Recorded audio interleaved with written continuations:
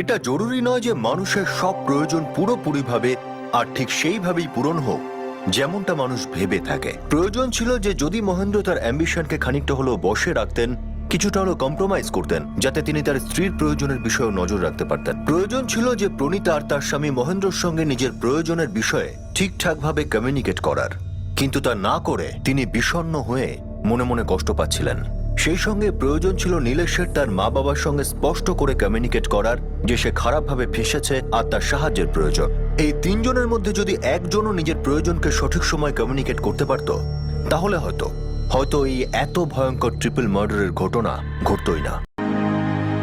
সব প্রেম কাহিনীর নৌকো কঠিন পরিস্থিতির ঘূর্ণিপাকে উথাল পাথাল হয়, কিন্তু যদি কোনো যুগল তাদের নৌকোকে তীরে ভেড়ানোর জন্য তৃতীয় কোনো ব্যক্তির জীবনের ভবতরী পার করানোর কথা ভাবে, তাহলে সেই যুগলের ঠিকানা শুধুই জেল বা ফাঁসি হতে পারে। কেউ অপরাধ লুকিয়ে নিজের জীবনটাকে খোলাখুলি কিভাবে বাঁচতে পারে, আর কতদিন? কাউকে হত্যা করা কোনো কিছুর অপশন বা উপায় হতেই পারে না। ডিভোর্স যতই যন্ত্রণাদায়ক হোক, কিন্তু আসলে তো একটা আইনি উপায়। ভবেশকে মুক্তি একবার জিজ্ঞাসা তো করে দেখতে পারত। অবশ্যই চাপানো তোর হাই ড্রামা হতো, কিন্তু মানুষটা তো জানতে পারত যে সে দুজনের সম্পর্কের মাঝে এসে গেছে, আর হয়তো বিচক্ষণতার সঙ্গে ভবেশ সরে দাঁড়াতো, নিজের জীবন অন্যভাবে গড়ত। হয়তো সময় এই যন্ত্রণাদায়ক ক্ষতকে ভরিয়ে তুলত। আবার দেখা হবে পরের এপিসোডে অপরাধের আরো একটা গল্প সঙ্গে নিয়ে। ততক্ষণ